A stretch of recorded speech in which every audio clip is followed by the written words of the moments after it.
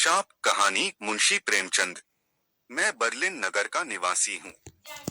मेरे पूज्य पिता भौतिक विज्ञान के सुविख्यात ज्ञाता थे। भौगोलिक अन्वेषण का शौक मुझे भी बाल्यावस्था ही से था। उनके स्वर्गवास के बाद मुझे यह धुन सवार हुई कि पैदल पृथ्वी के समस्त देश देशांतरों की सैर करूं। मैं विपुल धन का स्वामी था। वे सब रुपए एक बैंक में जमा कर दिए और उससे शर्त कर ली कि मुझे यथासमय रुपए भेजता रहे। इस कार्य से निवृत्त होकर मैंने सफर का सामान पूरा किया, आवश्यक वैज्ञानिक यंत्र साथ लिए और ईश्वर का नाम लेकर चल खड़ा हुआ। उस समय यह कल्पना मेरे हृदय में गुदगुदी पैदा कर रही थी कि मैं वह पहला प्राणी हूँ जिसे यह बात सूझी है कि पैरों से पृथ्वी को नापे। अन्य यात्रियों ने रेल जहाज और मोटर कार की शरण ली है। मैं पहला ही वह वीर आत्मा हूँ जो अपने पैरों के बूते पर प्रकृति के विराट उपवन की सैर के लिए उद्यत हुआ है। अगर मेरे साहस और उत्साह ने यह कष्टसाध्य यात्रा पूरी कर ली तो भद्र संसार मुझे सम्मान और गौरव के मसंद पर बैठावेगा और अनंत काल तक मेरी कीर्ति के राग अलापे जाएंगे। उस समय मेरा मस्तिष्क इन्हीं विचारों से भरा हुआ था और ईश्वर को धन्यवाद देता हूँ कि सहर्षों कठिनाइयों का सामना करने पर भी धैर्य ने मेरा साथ न छोड़ा और उत्साह एक क्षण के लिए भी निरुत्साह न हुआ। मैं वर्षों ऐसे स्थानों में रहा हूँ जहाँ निर्जनता के अतिरिक्त कोई दूसरा साथी न था। वर्षों ऐसे स्थानों में रहा हूँ जहाँ की पृथ्वी और आकाश हिम की शिलाएं थीं। मैं भयंकर जंतुओं के पहलू में सोया हूँ, पक्षियों के घोंसलों में रातें काटी हैं, किंतु ये सारी बलाएं कट गईं और वह समय अब दूर नहीं है कि साहित्य और विज्ञान संसार मेरे चरणों पर शीश नवाएं। मैंने इस यात्रा में बड़े बड़े अद्भुत दृश्य देखे और कितनी ही जातियों के आहार व्यवहार रहन सहन का अवलोकन किया। मेरा यात्रा वृत्तांत विचार अनुभव और निरीक्षण का एक अमूल्य रत्न होगा।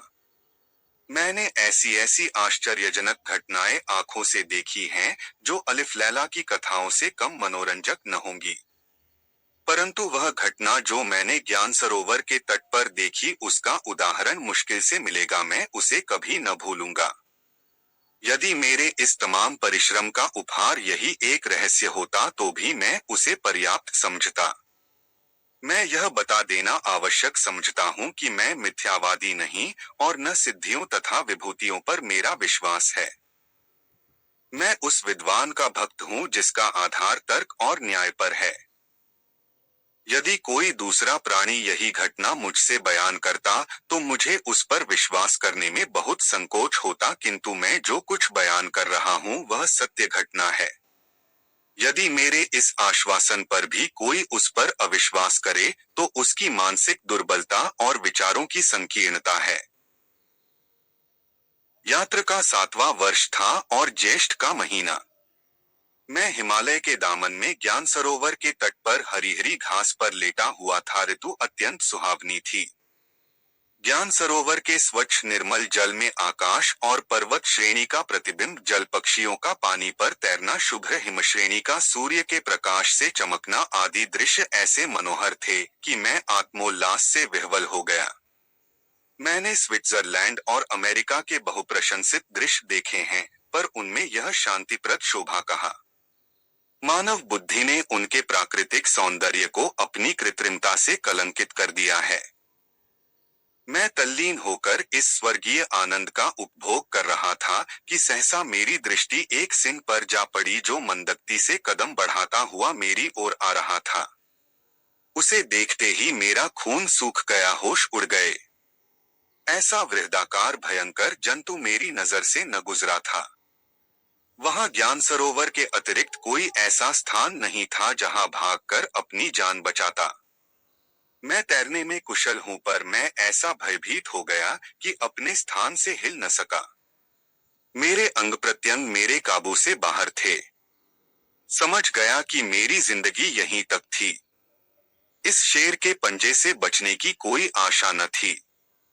अकस्मात मुझे स्मरण हुआ कि मेरी जेब में एक पिस्तौल गोलियों से भरी हुई रखी है जो मैंने आत्मरक्षा के लिए चलते समय साथ ले ली थी और अब तक प्राणपण से इसकी रक्षा करता आया था।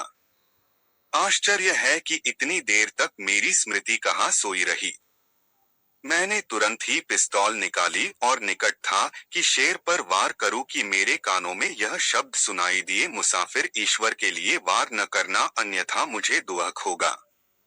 सिंहराज से तुझे हानि न पहुंचेगी।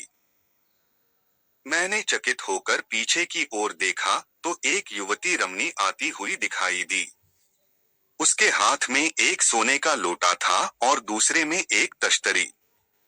मैंने जर्मनी की हूरें और कोहकाफ की परियां देखी हैं, पर हिमाचल पर्वत की यह अप्सरा मैंने एक ही बार देखी और उसका चित्र आज तक हृदयपट पर खिंचा हुआ है। मुझे स्मरण नहीं कि रफेल या कोरेजियो ने भी कभी ऐसा चित्र खींचा हो। वैन और रेमब्रांड के आकृति चित्रों ने भी ऐसी मनोहर छवि नहीं देखी। पिस्तौल मेरे हाथ से गिर पड़ी। कोई दूसरी शक्ति इस समय मुझे अपनी भयावह परिस्थिति से निश्चिंत न कर सकती थी। मैं उस सुंदरी की ओर देख ही रहा था कि वह सिंह के पास आई। सिंह उसे देखते ही खड़ा हो गया और मेरी ओर सशंक नेत्रों से देखकर मेघ की भांति गरजा। रमणी ने एक रुमाल निकालकर उसका मुंह पोंछा और फिर लोटे से दूध उंडेलकर उसके सामने रख दिया। सिंह दूध पीने लगा। मेरे विस्मय की अब कोई सीमा न थी। चकित था कि यह कोई तिलिस्म है या जादू। व्यवहार लोक में हो अथवा विचार लोक में, सोता हूं या जागता। मैंने बहुधा सरक्सों में पालतू शेर देखे हैं, किंतु उन्हें काबू में रखने के लिए किन किन रक्षा विधानों से काम लिया जाता है। उसके प्रतिकूल यह मांसाहारी पशु उस रमणी के सम्मुख इस भांति लेटा हुआ है, मानो वह सिंह की योनि में कोई मृगशावक है। मन में प्रश्न हुआ, सुंदरी में कौन सी चमत्कारिक शक्ति है जिसने सिंह को इस भांति वशीभूत कर लिया? क्या पशु भी अपने हृदय में कोमल और रसिक भाव छिपाए रखते हैं? कहते हैं कि महुअर का अलाप काले नाग को भी मस्त कर देता है। जब ध्वनि में यह सिद्धि है तो सौंदर्य की शक्ति का अनुमान कौन कर सकता है। रूपलालित्य संसार का सबसे अमूल्य रत्न है, प्रकृति के रचना पुण्य का सर्वश्रेष्ठ अंश है। जब सिंह दूध पी चुका तो सुंदरी ने रुमाल से उसका मुंह पोंछा और उसका सिर अपने जांघ पर रखकर उसे थपकियां देने लगी। सिंह पूंछ हिलाता था और सुंदरी की अरुण वर्ण हथेलियों को चाटता था।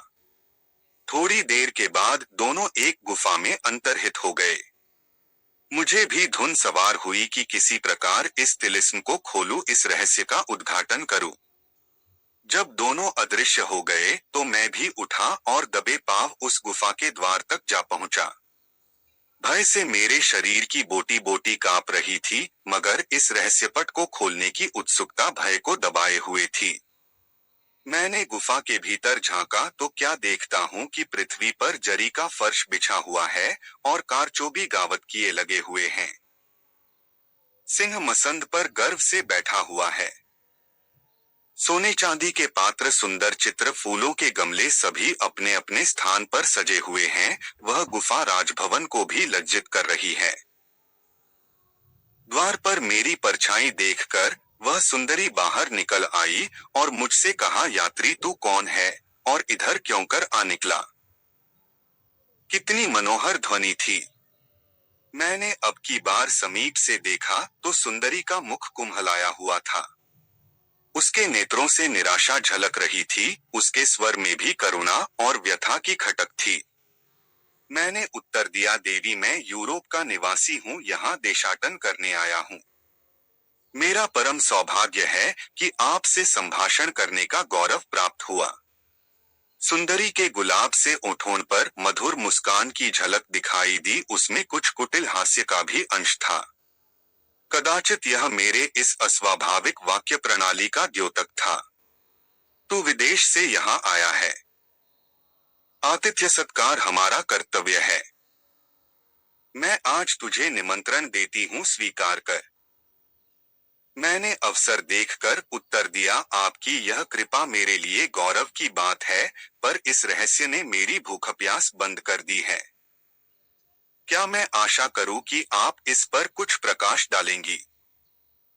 सुंदरी ने ठंडी सांस लेकर कहा, मेरी राम कहानी विपत्ति की एक बड़ी कथा है, तुझे सुनकर दुहक होगा। किंतु मैंने जब बहुत आग्रह किया, तो उसने मुझे फर्श पर बैठने का संकेत किया और अपना वृत्तांत सुनाने लगी है। मैं कश्मीर देश की रहने वाली राजकन्या हूँ। मेरा विवाह एक राजपूत योद्धा से हुआ था। उनका नाम नृसिंह देव था। हम दोनों बड़े आनंद से जीवन व्यतीत करते थे। संसार का सर्वोत्तम पदार्थ रूप है, दूसरा स्वास्थ्य और तीसरा धन। परमात्मा ने हमको ये तीनों ही पदार्थ प्रचुर परिमाण में प्रदान किए थे। खेद है कि मैं उनसे मुलाकात नहीं कर सकती। ऐसा साहसी, ऐसा सुंदर, ऐसा विद्वान पुरुष सारे कश्मीर में न था। मैं उनकी आराधना करती थी। उनका मेरे ऊपर अपार स्नेह था। कई वर्षों तक हमारा जीवन एक जलस्रोत की भांति वृक्षपुंजों और हरे भरे मैदानों में प्रवाहित होता रहा। मेरे पड़ोस में एक मंदिर था। पुजारी एक पंडित श्रीधर थे। हम दोनों प्रातःकाल तथा संध्या समय उस मंदिर में उपासना के लिए जाते। मेरे स्वामी कृष्ण के भक्त थे। मंदिर एक सुरमय सागर के तट पर बना हुआ था। वहां का परिष्कृत मंद समीर चित्त को पुलकित कर देता था। इसलिए हम उपासना के पश्चात भी वहां घंटों वायु सेवन करते रहते थे। श्रीधर बड़े विद्वान, वेदों के ज्ञाता, शास्त्रों के जानने वाले थे। कृष्ण पर उनकी भी अविचल भक्ति थी। समस्त कश्मीर में उनके पांडित्य की चर्चा थी। वह बड़े संयमी, संतोषी, आत्मज्ञानी पुरुष थे। उनके नेत्रों से शांति की ज्योतिरेखाएं निकलती हुई मालूम होती थीं। सदैव परोपकार में मग्न रहते थे। उनकी वाणी ने कभी किसी का हृदय नहीं दुखाया। उनका हृदय नित्य परवेदना से पीड़ित रहता था। पंडित श्रीधर मेरे पतिदेव से लगभग 10 वर्ष बड़े थे, पर उनकी धर्मपत्नी विद्याधरी मेरी समवयस्का थीं। हम दोनों सहेलियां थीं। विद्याधरी अत्यंत गंभीर, शांत प्रकृति की स्त्री थीं। यद्यपि रंगरूप में वही रानी थीं, पर वह अपनी अवस्था से संतुष्ट थीं। अपने पति को वह देवतुल्य समझती थीं। श्रावण का महीना था। आकाश पर काले काले बादल मंडरा रहे थे, मानो काजल के पर्वत उड़े जा रहे हैं। झरनों से दूध की धारें निकल रही थीं और चारों ओर हरियाली छाई हुई थी। नन्ही नन्ही फुहारें पड़ रही थीं, मानो स्वर्ग से अमृत की बूंदें टपक रही हैं। जल की बूंदें फूलों और पत्तियों के गले में चमक रही थीं। चित्त को अभिलाषाओं से उभारने वाला शमा छाया हुआ था। यह वह समय है जब रमणियों को विदेशगामी प्रियतम की याद रुलाने लगती है, जब हृदय किसी से आलिंगन करने के लिए व्यग्र हो जाता है, जब सूनी सेज देखकर कलेजे में हुक सी उठती है। इसी ऋतु में विरह की मारी वियोगिनियां अपनी बीमारी का बहाना करती हैं, जिसमें उनका पति उन्हें देखने आवे। इसी ऋतु में माली की कन्या धानी साड़ी पहनकर क्यारियों में इठलाती हुई चंपा और बेले के फूलों से आंचल भरती है, क्योंकि हार और गजरों की मांग बहुत बढ़ जाती है।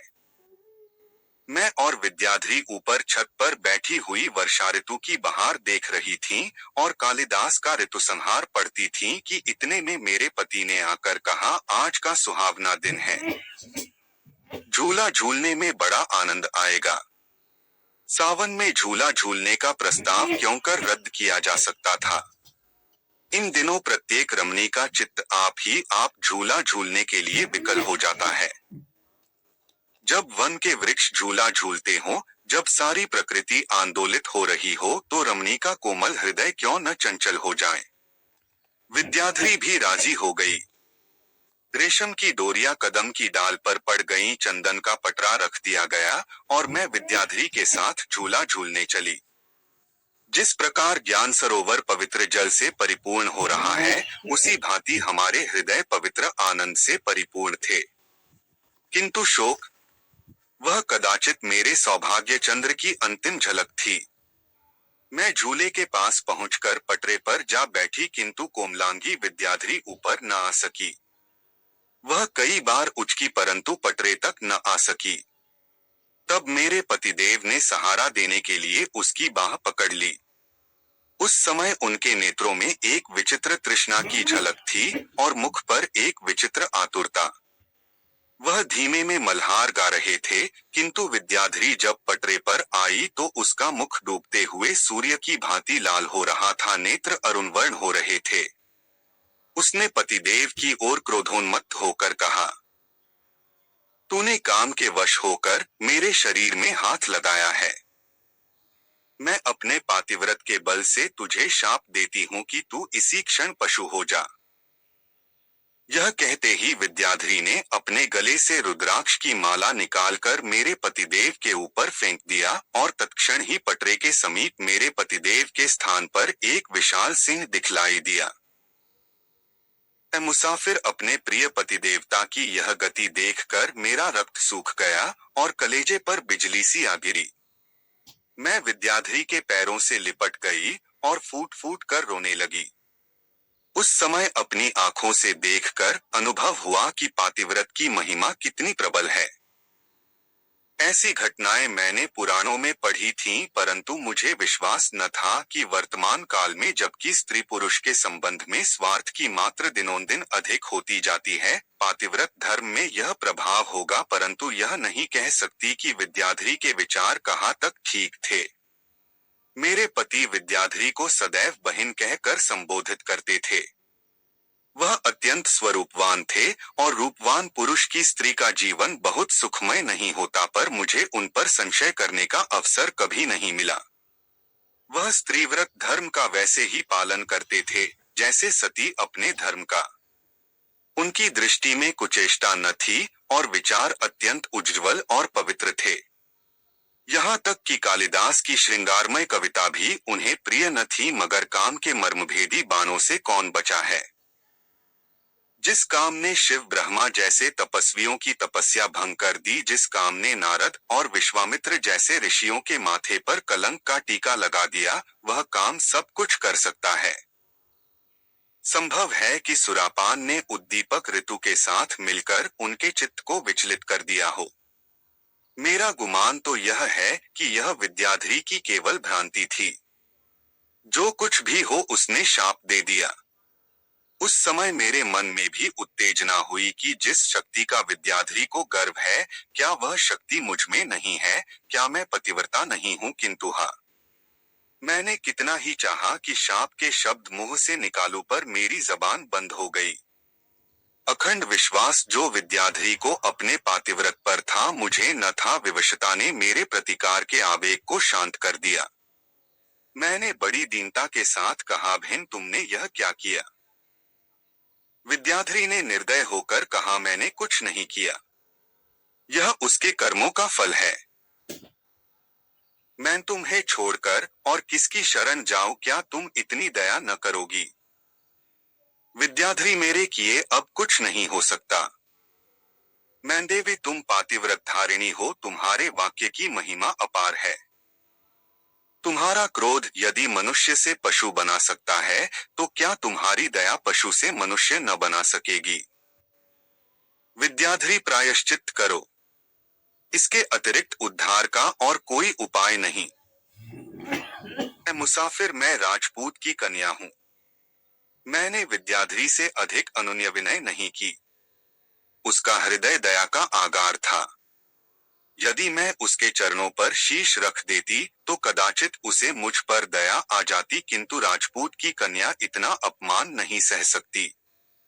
वह घृणा के घाव सह सकती है, क्रोध की अग्नि सह सकती है, पर दया का बोझ उससे नहीं उठाया जाता। मैंने पटरे से उतरकर पतिदेव के चरणों पर सिर झुकाया और उन्हें साथ लिए हुए अपने मकान चली आई। कई महीने गुजर गए। मैं पतिदेव की सेवा शुश्रूषा में तन्मन से व्यस्त रहती। यद्यपि उनकी जिह्वा वाणी विहीन हो गई थी, पर उनकी आकृति से स्पष्ट प्रकट होता था कि वह अपने कर्म से लज्जित थे। यद्यपि उनका रूपांतर हो गया था, पर उन्हें मांस से अत्यंत घृणा थी। मेरी पशुशाला में सैकड़ों गाय भैंसें थीं, किंतु शेरसिंह ने कभी किसी की ओर आंख उठाकर भी न देखा। मैं उन्हें दोनों वेला दूध पिलाती और संध्या समय उन्हें साथ लेकर पहाड़ियों की सैर कराती। मेरे मन में न जाने क्यों धैर्य और साहस का इतना संचार हो गया था कि मुझे अपनी दशा असह्य न जान पड़ती थी। मुझे निश्चय था कि शीघ्र ही इस विपत्ति का अंत भी होगा। इन्हीं दिनों हरिद्वार में गंगा स्नान का मेला लगा। मेरे नगर से यात्रियों का एक समूह हरिद्वार चला। मैं भी उनके साथ हो ली। दीन दुखी जनों को दान देने के लिए रुपयों और अशर्फियों की थैलियां साथ ले ली। मैं प्रायश्चित करने जा रही थी, इसलिए पैदल ही यात्रा करने का निश्चय कर लिया। लगभग 1 महीने में हरिद्वार जा पहुंची। यहाँ भारतवर्ष के प्रत्येक प्रांत से असंख्य यात्री आए हुए थे। सन्यासियों और तपस्वियों की संख्या गृहस्थों से कुछ ही कम होगी। धर्मशालाओं में रहने का स्थान न मिलता था। गंगा तट पर पर्वतों की गोद में मैदानों के वक्षस्थल पर जहां देखिए आदमी ही आदमी नजर आते थे। दूर से वह छोटे छोटे खिलौने की भांति दिखाई देते थे। मीलों तक आदमियों का फर्शसा बिछा हुआ था। भजन और कीर्तन की ध्वनि नित्य कानों में आती रहती थी। हृदय में असीम शुद्धि गंगा की लहरों की भांति लहरें मारती थी। वहां का जल वायु आकाश सब शुद्ध थे। मुझे हरिद्वार आए 3 दिन व्यतीत हुए थे। प्रभात का समय था। मैं गंगा में खड़ी स्नान कर रही थी। सहसा मेरी दृष्टि ऊपर की ओर उठी तो मैंने किसी आदमी को पुल की ओर झांकते देखा। अकस्मात उस मनुष्य का पांव ऊपर उठ गया और सैकड़ों ही गज की ऊंचाई से गंगा में गिर पड़ा। सहर्षों आंखें यह दृश्य देख रही थी, पर किसी का साहस न हुआ कि उस अभागे मनुष्य की जान बचाए। भारतवर्ष के अतिरिक्त ऐसा संवेदना शून्य और कौन देश होगा, और यह वह देश है जहां परमार्थ मनुष्य का कर्तव्य बताया गया है। लोग बैठे हुए अपंगुओं की भांति तमाशा देख रहे थे। सभी हतबुद्धि से हो रहे थे। धारा प्रबल वेग से प्रवाहित थी और जल बर्फ से भी अधिक शीतल। मैंने देखा कि वह धारा के साथ बहता चला जाता था। यह हृदय विदारक दृश्य मुझसे न देखा गया। मैं तैरने में अभ्यस्त थी। मैंने ईश्वर का नाम लिया और मन को दृढ़ करके धारा के साथ तैरने लगी। जो जो मैं आगे बढ़ती थी, वह मनुष्य मुझसे दूर होता जाता था। यहाँ तक मेरे सारे अंग ठंड से शून्य हो गए। मैंने कई बार चट्टानों को पकड़कर दम लिया, कई बार पत्थरों से टकराई। मेरे हाथ ही न उठते थे। सारा शरीर बर्फ का ढांचा सा बना हुआ था। मेरे अंग गतिहीन हो गए कि मैं धारा के साथ बहने लगी और मुझे विश्वास हो गया कि गंगा माता के उदर ही में मेरी जल समाधि होगी। अकस्मात मैंने उस पुरुष की लाश को एक चट्टान पर रुकते देखा। मेरा हौसला बंध गया। शरीर में एक विचित्र स्फूर्ति का अनुभव हुआ। मैं जोर लगाकर प्राणपण से उस चट्टान पर जा पहुंची और उसका हाथ पकड़कर खींचा। मेरा कलेजा धक से हो गया। यह श्रीधर पंडित थे। मुसाफिर, मैंने यह काम प्राणों को हथेली पर रखकर पूरा किया। जिस समय मैं पंडित श्रीधर की अर्धमृत देह लिए तट पर आई तो सहर्षों मनुष्यों की जयध्वनि से आकाश गूंज उठा। कितने ही मनुष्यों ने चरणों पर सिर झुकाए। अभी लोग श्रीधर को होश में लाने के उपाय कर ही रहे थे कि विद्याधरी मेरे सामने आकर खड़ी हो गई। उसका मुख प्रभात के चंद्र की भांति कांतिहीन हो रहा था। होंठ सूखे हुए, बाल बिखरे हुए, आंखों से आंसुओं की झड़ी लगी हुई थी। वह जोर से हाँफ रही थी। दौड़कर मेरे पैरों से चिमट गई, किंतु दिल खोलकर नहीं, निर्मल भाव से नहीं।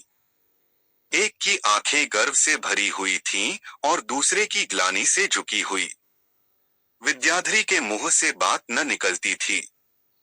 केवल इतना बोली, बहन, ईश्वर तुमको इस सत्कार्य का फल दें।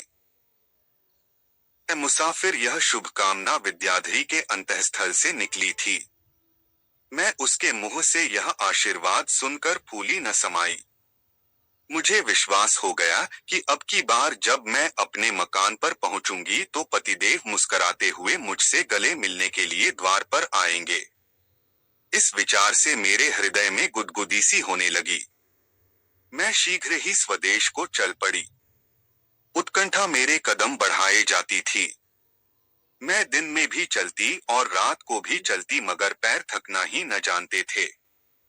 यह आशा कि वह मोहिनी मूर्ति द्वार पर मेरा स्वागत करने के लिए खड़ी होगी मेरे पैरों में परसे लगाए हुए थी। 1 महीने की मंजिल मैंने 1 सप्ताह में तय की।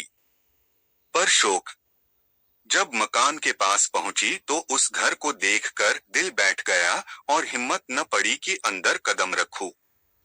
मैं चौखट पर बैठकर देर तक विलाप करती रही। न किसी नौकर का पता न कहीं पाले हुए पशु ही दिखाई देते थे। द्वार पर धूल उड़ रही थी। जान पड़ता था कि पक्षी घोंसले से उड़ गया है। कलेजे पर पत्थर की सिल रखकर भीतर गई तो क्या देखती हूँ कि मेरा प्यारा सिंह आंगन में मोटी मोटी जंजीरों से बंधा हुआ है। इतना दुर्बल हो गया है कि उसके कूल्हों की हड्डियां दिखाई दे रही हैं। ऊपर नीचे जिधर देखती थी उजाड़ सा मालूम होता था। मुझे देखते ही शेरसिंह ने पूंछ हिलाई और सहसा उनकी आंखें दीपक की भांति चमक उठीं। मैं दौड़कर उनके गले से लिपट गई। समझ गई कि नौकरों ने दगा की। घर की सामग्रियों का कहीं पता न था। सोने चांदी के बहुमूल्य पात्र, फर्श आदि सब गायब थे। हाय, हत्यारे मेरे आभूषणों का संदूक भी उठा ले गए। इस अपहरण ने मुसीबत का प्याला भर दिया। शायद पहले उन्होंने शेरसिंह को जकड़कर बांध दिया होगा, फिर खूब दिल खोलकर नोच खसोट की होगी। कैसी विडंबना थी कि धर्म लूटने गई थी और धन लुटा बैठी। दरिद्रता ने पहली बार अपना भयंकर रूप दिखाया। ए मुसाफिर, इस प्रकार लुट जाने के बाद वह स्थान आंखों में कांटे की तरह खटकने लगा। यही वह स्थान था जहां हमने आनंद के दिन काटे थे। इन्हीं क्यारियों में हमने मृगों की भांति किलोल किए थे। प्रत्येक वस्तु से कोई न कोई स्मृति संबंधित थी। उन दिनों की याद करके आंखों से रक्त के आंसू बहने लगते थे। बसंत की ऋतु थी। बौर की महक से वायु सुगंधित हो रही थी। महुए के वृक्षों के नीचे परियों के शयन करने के लिए मोतियों की शया बिछी हुई थी। करौंदे और नींबू के फलों की सुगंध से चित्त प्रसन्न हो जाता था। मैंने अपनी जन्मभूमि को सदैव के लिए त्याग दिया। मेरी आंखों से आंसुओं की एक बूंद भी न गिरी। जिस जन्मभूमि की याद यावज्जीवन हृदय को व्यथित करती रहती है, उससे मैंने यो मुंह मोड़ लिया मानो कोई बंदी कारागार से मुक्त हो जाए। 1 सप्ताह तक मैं चारों ओर भ्रमण करके अपने भावी निवास स्थान का निश्चय करती रही। अंत में सिंधु नदी के किनारे एक निर्जन स्थान मुझे पसंद आया। यहाँ एक प्राचीन मंदिर था। शायद किसी समय वहां देवताओं का वास था, पर इस समय वह बिल्कुल उजाड़ था। देवताओं ने काल को विजय किया हो, पर समय चक्र को नहीं। शनैः शनैः मुझे इस स्थान से प्रेम हो गया और वह स्थान पथिकों के लिए धर्मशाला बन गया। मुझे यहाँ रहते 3 वर्ष व्यतीत हो चुके थे। वर्षा ऋतु में एक दिन संध्या के समय मुझे मंदिर के सामने से एक पुरुष घोड़े पर सवार जाता दिखाई दिया। मंदिर से प्रायः 200 गज की दूरी पर एक रमणीक सागर था। उसके किनारे कचनार वृक्षों के झुरमुट थे। वह सवार उस झुरमुट में जाकर अदृश्य हो गया। अंधकार बढ़ता जाता था। एक क्षण के बाद मुझे उस ओर किसी मनुष्य का चीत्कार सुनाई दिया, फिर बंदूकों के शब्द सुनाई दिए और उनकी ध्वनि से पहाड़ गूंज उठा। मुसाफिर, यह दृश्य देखकर मुझे किसी भीषण घटना का संदेह हुआ। मैं तुरंत उठ खड़ी हुई, एक कटार हाथ में ली और उस सागर की ओर चल दी। अब मूसलाधार वर्षा होने लगी थी, मानो आज के बाद फिर कभी न बरसेगा। ररह कर गर्जन की ऐसी भयंकर ध्वनि उठती थी मानो सारे पहाड़ आपस में टकरा गए हों। बिजली की चमक ऐसी तीव्र थी मानो संसारव्यापी प्रकाश सिमटकर एक हो गया हो। अंधकार का यह हाल था मानो सहर्षों अमावस्या की रातें गले मिल रही हों। मैं कमर तक पानी में चलती दिल को संभाले हुए आगे बढ़ती जाती थी। अंत में सागर के समीप आ पहुंची। बिजली की चमक ने दीपक का काम किया। सागर के किनारे एक बड़ी सी गुफा थी। इस समय उस गुफा में से प्रकाश ज्योति बाहर आती हुई दिखाई देती थी। मैंने भीतर की ओर झांका तो क्या देखती हूँ कि एक बड़ा अलाव जल रहा है। उसके चारों ओर बहुत से आदमी खड़े हुए हैं और एक स्त्री आग्नेय नेत्रों से घूर घूर कर कह रही है, मैं अपने पति के साथ उसे भी जलाकर भस्म कर दूंगी। मेरे कुतूहल की कोई सीमा न रही। मैंने सांस बंद कर ली और हतबुद्धि की भांति यह कौतुक देखने लगी। उस स्त्री के सामने एक रक्त से लिपटी हुई लाश पड़ी थी और लाश के समीप ही एक मनुष्य रस्सियों से बंधा हुआ सिर झुकाए बैठा था। मैंने अनुमान किया कि यह वही अश्वारोही पथिक है जिस पर इन डाकुओं ने आघात किया था। यह शव डाकू सरदार का है और यह स्त्री डाकू की पत्नी है। उसके सिर के बाल बिखरे हुए थे और आंखों से अंगारे निकल रहे थे। हमारे चित्रकारों ने क्रोध को पुरुष कल्पित किया है। मेरे विचार में स्त्री का क्रोध इससे कहीं घातक कहीं विध्वंसकारी होता है।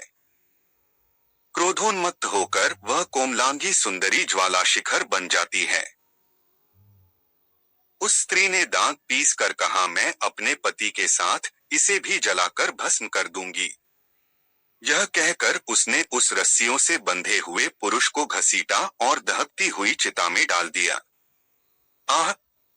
कितना भयंकर, कितना रोमांचकारी दृश्य था। स्त्री ही अपनी द्वेष की अग्नि शांत करने में इतनी पिशाचिनी हो सकती है। मेरा रक्त खौलने लगा। अब एक क्षण भी विलंब करने का अवसर न था। मैंने कटार खींच ली। डाकू चौंक कर तितर बितर हो गए, समझे मेरे साथ और लोग भी होंगे। मैं बेधड़क चिता में घुस गई और क्षण मात्र में उस अभागे पुरुष को अग्नि के मुख से निकाल लाई। अभी केवल उसके वस्त्र ही जले थे। जैसे सर्प अपना शिकार छिन जाने से फुफकारता हुआ लपकता है, उसी प्रकार गरजती हुई लपटें मेरे पीछे दौड़ी। ऐसा प्रतीत होता था कि अग्नि भी उसके रक्त की प्यासी हो रही थी। इतने में डाकू संभल गए और आहत सरदार की पत्नी पिशाचिनी की भांति मुंह खोले मुझ पर झपटी। समीप था कि ये हत्यारे मेरी बोटियां कर दें कि इतने में गुफा के द्वार पर मेघगर्जन की सी ध्वनि सुनाई दी और शेरसिंह रौद्र रूप धारण किए हुए भीतर पहुंचे। उनका भयंकर रूप देखते ही डाकू अपनी अपनी जान लेकर भागे। केवल डाकू सरदार की पत्नी स्तंभित सी अपने स्थान पर खड़ी रही। एकाएक उसने पति का शव उठाया और उसे लेकर चिता में बैठ गई। देखते देखते उसका भयंकर रूप अग्निज्वाला में विलीन हो गया। अब मैंने उस बंधे हुए मनुष्य की ओर देखा तो मेरा हृदय उछल पड़ा। यह पंडित श्रीधर थे। मुझे देखते ही सिर झुका लिया और रोने लगे। मैं उनके समाचार पूछ ही रही थी कि उसी गुफा के एक कोने से किसी के कराहने का शब्द सुनाई दिया। जाकर देखा तो एक सुंदर युवक रक्त से लथपथ पड़ा था। मैंने उसे देखते ही पहचान लिया। उसका पुरुष वेश उसे छिपा न सका। यह विद्याधरी थी। मर्दों के वस्त्र उस पर खूब सजते थे। वह लज्जा और ग्लानि की मूर्ति बनी हुई थी। वह पैरों पर गिर पड़ी पर मुंह से कुछ न बोली। उस गुफा में पल भर भी ठहरना अत्यंत शंकाप्रद था। न जाने कब डाकू फिर सशस्त्र होकर आ जाए। उधर चिताग्नि भी शांत होने लगी और उस सती की भी भीषण काया अत्यंत तेज रूप धारण करके हमारे नेत्रों के सामने तांडव क्रीड़ा करने लगी। मैं बड़ी चिंता में पड़ी कि इन दोनों प्राणियों को कैसे वहां से निकालूं। दोनों ही रक्त से चूर थे। शेरसिंह ने मेरा असमंजस ताड़ लिया। रूपांतर हो जाने के बाद उनकी बुद्धि बड़ी तीव्र हो गई थी।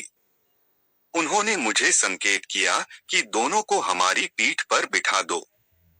पहले तो मैं उनका आशय न समझी, पर जब उन्होंने संकेत को बार बार दोहराया तो मैं समझ गई।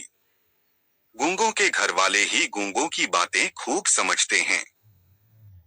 मैंने पंडित श्रीधर को गोद में उठाकर शेरसिंह की पीठ पर बिठा दिया। उसके पीछे विद्याधरी को भी बिठाया। नन्हा बालक भालू की पीठ पर बैठकर जितना डरता है, उससे कहीं ज्यादा यह दोनों प्राणी भयभीत हो रहे थे। चिताग्नि के क्षीण प्रकाश में उनके भयविकृत मुख देखकर करुण विनोद होता था। अस्तु मैं इन दोनों प्राणियों को साथ लेकर गुफा से निकली और फिर उसी तिमिर सागर को पार करके मंदिरा पहुंची।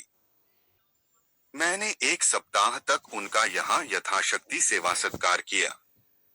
जब वे भली भांति स्वस्थ हो गए तो मैंने उन्हें विदा किया। ये स्त्री पुरुष कई आदमियों के साथ टेढ़ी जा रहे थे। यहाँ के राजा पंडित श्रीधर के शिष्य हैं। पंडित श्रीधर का घोड़ा आगे था। विद्याधरी का अभ्यास न होने के कारण पीछे थी। उनके दोनों रक्षक भी उनके साथ थे। जब डाकुओं ने पंडित श्रीधर को घेरा और पंडित ने पिस्तौल से डाकू सरदार को गिराया तो कोलाहल सुनकर विद्याधरी ने घोड़ा बढ़ाया। दोनों रक्षक तो जान लेकर भागे। विद्याधरी को डाकुओं ने पुरुष समझकर घायल कर दिया और तब दोनों प्राणियों को बांधकर गुफा में डाल दिया। शेष बातें मैंने अपनी आंखों देखी। यद्यपि यहाँ से विदा होते समय विद्याधरी का रोम रोम मुझे आशीर्वाद दे रहा था, पर हाँ, अभी प्रायश्चित्त पूरा न हुआ था। इतना आत्मसमर्पण करके भी मैं सफल मनोरथ न हुई थी। मैं मुसाफिर उस प्रांत में अब मेरा रहना कठिन हो गया। डाकू बंदूकें लिए हुए शेरसिंह की तलाश में घूमने लगे। विवश होकर एक दिन मैं वहां से चल खड़ी हुई और दुर्गम पर्वतों को पार करती हुई यहाँ आ निकली। यह स्थान मुझे ऐसा पसंद आया कि मैंने इस गुफा को अपना घर बना लिया है। आज पूरे 3 वर्ष गुजरे जब मैंने पहले फल ज्ञान सरोवर के दर्शन किए। उस समय भी यही ऋतु थी। मैं ज्ञान सरोवर में पानी भरने गई हुई थी। सहसा क्या देखती हूँ कि एक युवक मुश्की घोड़े पर सवार रत्नस्थित आभूषण पहने हाथ में चमकता हुआ भाला लिए चला आता है। शेरसिंह को देखकर वह ठिठका और भाला संभालकर उन पर वार कर बैठा। शेरसिंह को भी क्रोध आया। उनके गर्जन की ऐसी गगनभेदी ध्वनि उठी कि ज्ञान सरोवर का जल आंदोलित हो गया और तुरंत घोड़े से खींचकर उसकी छाती पर पंजे रख दिए। मैं घड़ा छोड़कर दौड़ी। युवक का प्राणांत होने वाला ही था कि मैंने शेरसिंह के गले में हाथ डाल दिए और उनका सिर सहलाकर क्रोध शांत किया। मैंने उनका ऐसा भयंकर रूप कभी नहीं देखा था। मुझे स्वयं उनके पास जाते हुए डर लगता था, पर मेरे मृदु वचनों ने अंत में उन्हें वशीभूल कर लिया। वह अलग खड़े हो गए। युवक की छाती में गहरा घाव लगा था।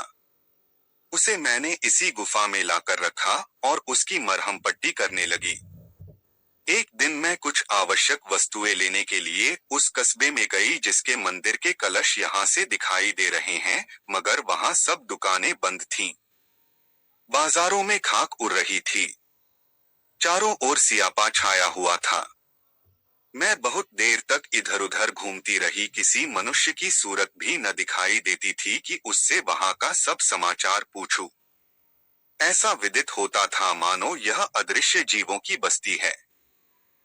सोच ही रही थी कि वापस चलूं कि घोड़ों के टापों की ध्वनि कानों में आई और एक क्षण में एक स्त्री सिर से पैर तक काले वस्त्र धारण किए एक काले घोड़े पर सवार आती हुई दिखाई दी। उसके पीछे कई सवार और प्यादे काली वर्दियां पहने आ रहे थे। अकस्मात उस सवार स्त्री की दृष्टि मुझ पर पड़ी। उसने घोड़े को एड़ लगाई और मेरे निकट आकर कर्कश स्वर में बोली, तू कौन है? मैंने निर्भीक भाव से उत्तर दिया, मैं ज्ञान सरोवर के तट पर रहती हूँ। यहाँ बाजार में कुछ सामग्रियां लेने आई थी, किंतु शहर में किसी का पता नहीं। उस स्त्री ने पीछे की ओर देखकर कुछ संकेत किया और 2 सवारों ने आगे बढ़कर मुझे पकड़ लिया और मेरी बाहों में रस्सियां डाल दी। मेरी समझ में न आता था कि मुझे किस अपराध का दंड दिया जा रहा है। बहुत पूछने पर भी किसी ने मेरे प्रश्नों का उत्तर न दिया। हाँ, अनुमान से यह प्रकट हुआ कि यह स्त्री यहाँ की रानी है। मुझे अपने विषय में तो कोई चिंता न थी, पर चिंता थी शेरसिंह की, वह अकेले घबरा रहे होंगे। भोजन का समय आ पहुंचा, कौन खिलावेगा? किस विपत्ति में फंसी? नहीं मालूम विधाता अब मेरी क्या दुर्गति करेंगे। मुझ अभागिन को इस दशा में भी शांति नहीं। इन्हीं मलिन विचारों में मग्न मैं सवारों के साथ आध घंटे तक चलती रही कि सामने एक ऊंची पहाड़ी पर एक विशाल भवन दिखाई दिया। ऊपर चढ़ने के लिए पत्थर काट कर चौड़े जीने बनाए गए थे। हम लोग ऊपर चढ़े।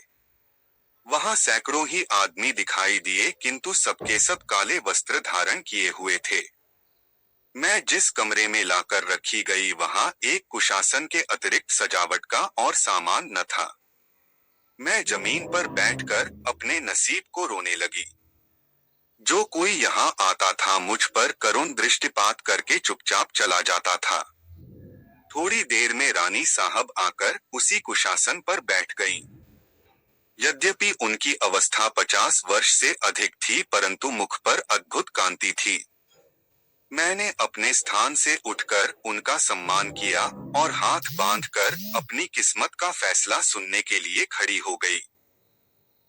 मुसाफिर रानी महोदया के तेवर देखकर पहले तो मेरे प्राण सूख गए, किंतु जिस प्रकार चंदन जैसी कठोर वस्तु में मनोहर सुगंधी छिपी होती है, उसी प्रकार उनकी कर्कशता और कठोरता के नीचे मोम के सदृश हृदय छिपा हुआ था।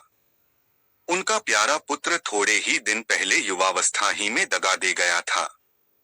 उसी के शोक में सारा शहर मातम मना रहा था। मेरे पकड़े जाने का कारण यह था कि मैंने काले वस्त्र क्यों न धारण किए थे। यह वृत्तांत सुनकर मैं समझ गई कि जिस राजकुमार का शोक मनाया जा रहा है, वह वही युवक है जो मेरी गुफा में पड़ा हुआ है। मैंने उनसे पूछा, राजकुमार मुश्की घोड़े पर तो सवार नहीं थे? रानी, हाँ, मुश्की घोड़ा था। उसे मैंने उनके लिए अरब देश से मंगवा दिया था। क्या तूने उन्हें देखा है? मैं, हाँ, देखा है। रानी ने पूछा, कब? मैं, जिस दिन वह शेर का शिकार खेलने गए थे। रानी, क्या तेरे सामने ही शेर ने उन पर चोट की थी? मैं, हाँ, मेरी आंखों के सामने। रानी उत्सुक होकर खड़ी हो गई और बड़े दीन भाव से बोली, तू उनकी लाश का पता लगा सकती है? मैं, ऐसा न कहिए, वह अमर हूं। वह 2 सप्ताहों से मेरे यहाँ मेहमान हैं। रानी हर्षमय आश्चर्य से बोली, मेरा रणधीर जीवित है। मैं, हाँ, अब उनमें चलने फिरने की शक्ति आ गई है। रानी मेरे पैरों पर गिर पड़ी। तीसरे दिन अर्जुन नगर की कुछ और ही शोभा थी।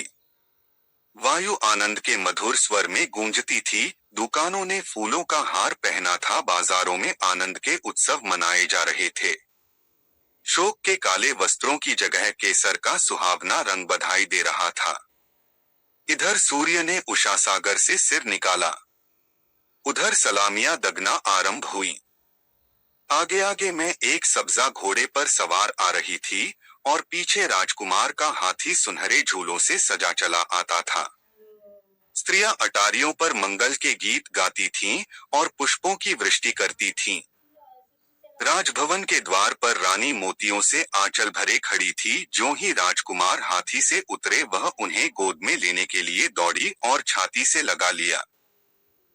मुसाफिर आनंदोत्सव समाप्त होने पर जब मैं विदा होने लगी तो रानी महोदय ने सजल नयन होकर कहा, बेटी, तूने मेरे साथ जो उपकार किया है उसका फल तुझे भगवान देंगे।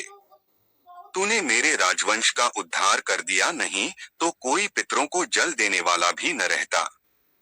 मैं तुझे कुछ विदाई देना चाहती हूँ, वह तुझे स्वीकार करनी पड़ेगी। अगर रणधीर मेरा पुत्र है तो तू मेरी पुत्री है। तूने ही रणधीर को प्राणदान दिया है, तूने ही इस राज्य का पुनरुद्धार किया है। इसलिए इस माया बंधन से तेरा गला नहीं छूटेगा। मैं अर्जुन नगर का प्रांत उपहार स्वरूप तेरी भेंट करती हूँ। रानी की यह असीम उदारता देखकर मैं दंग रह गई। कलयुग में भी कोई ऐसा दानी हो सकता है, इसकी मुझे आशा न थी।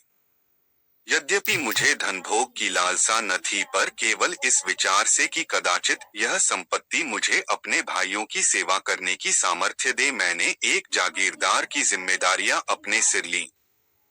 तब से 2 वर्ष व्यतीत हो चुके हैं, पर भोगविलास ने मेरे मन को एक क्षण के लिए भी चंचल नहीं किया। मैं कभी पलंग पर नहीं सोई, रूखी सूखी वस्तुओं के अतिरिक्त और कुछ नहीं खाया। पतिवियोग की दशा में स्त्री तपस्विनी हो जाती है, उसकी वासनाओं का अंत हो जाता है। मेरे पास कई विशाल भवन हैं, कई रमणीक वाटिकाएं हैं, विश्व वासना की ऐसी कोई सामग्री नहीं है जो प्रचुर मात्रा में उपस्थित न हो, पर मेरे लिए वह सब त्याज्य हैं। भवन सूने पड़े हैं और वाटिकाओं में खोजने से भी हरियाली न मिलेगी। मैंने उनकी ओर कभी आंख उठाकर भी नहीं देखा। अपने प्राणाधार के चरणों से लगे हुए मुझे अन्य किसी वस्तु की इच्छा नहीं है। मैं नित्य प्रति अर्जुन नगर जाती हूँ और रियासत के आवश्यक कामकाज करके लौट आती हूँ। नौकर चाकरों को कड़ी आज्ञा दे दी गई है कि मेरी शांति में बाधक न हो। रियासत की संपूर्ण आय परोपकार में व्यय होती है। मैं उसकी कौड़ी भी अपने खर्च में नहीं लाती। आपको अवकाश हो तो आप मेरी रियासत का प्रबंध देखकर बहुत प्रसन्न होंगे। मैंने इन 2 वर्षों में 20 बड़े बड़े तालाब बनवा दिए हैं और 40 गौशालाएं बनवा दी हैं। मेरा विचार है कि अपनी रियासत में नहरों का ऐसा जाल बिछा दूं जैसे शरीर में नाड़ियों का। मैंने 100 कुशल वैद्य नियुक्त कर दिए हैं जो ग्रामों में विचरण करें और रोग की निवृत्ति करें। मेरा कोई ऐसा ग्राम नहीं है जहां मेरी ओर से सफाई का प्रबंध न हो। छोटे छोटे गांवों में आपको लालटेनें जलती हुई मिलेंगी। दिन का प्रकाश ईश्वर देता है, रात के प्रकाश की व्यवस्था करना राजा का कर्तव्य है। मैंने सारा प्रबंध पंडित श्रीधर के हाथों में दे दिया है। सबसे प्रथम कार्य जो मैंने किया वह यह था कि उन्हें ढूंढ निकालूं और यह भार उनके सिर रख दूं। इस विचार से नहीं कि उनका सम्मान करना मेरा अभीष्ट था, बल्कि मेरी दृष्टि में कोई अन्य पुरुष ऐसा कर्तव्यपरायण, ऐसा निःस्पृह, ऐसा सच्चरित्र न था। मुझे पूर्ण विश्वास है कि वह यावज्जीवन रियासत की बागडोर अपने हाथ में रखेंगे। विद्याधरी भी उनके साथ है। वही शांति और संतोष की मूर्ति, वही धर्म और व्रत की देवी। उसका पातिव्रत अब भी ज्ञान सरोवर की भांति अपार और अथाह है। यद्यपि उसका सौंदर्य सूर्य अब मध्याह्न पर नहीं है, पर अब भी वह रनिवास की रानी जान पड़ती है। चिंताओं ने उसके मुख पर शिकन डाल दिए हैं। हम दोनों कभी कभी मिल जाती हैं, किंतु बातचीत की नौबत नहीं आती। उसकी आंखें झुक जाती हैं।